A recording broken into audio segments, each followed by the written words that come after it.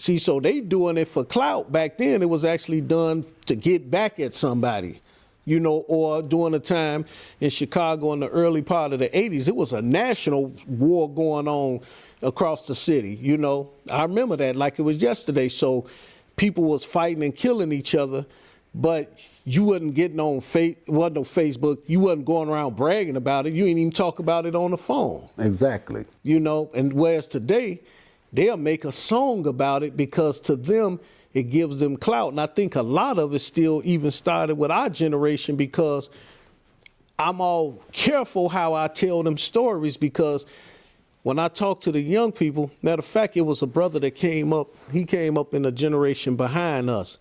I had went to go see him at the county hospital. He was all shot up, right? Now, he was like 10 years behind me with my little brother.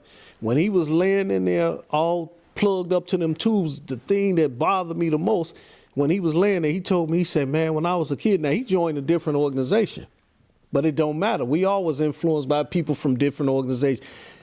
He said, I wanted to be just like you. Now, when we was out there gangbanging, he was a little kid riding a big wheel and all that, not thinking, we ain't thinking these kids paying attention to this. My point exactly. But he saw it, and he said, I wanted to be like you. Now he in the hospital all shot all up, you know? So the difference is, in their generation lives, it's only the way stuff is done, but it's really the same thing.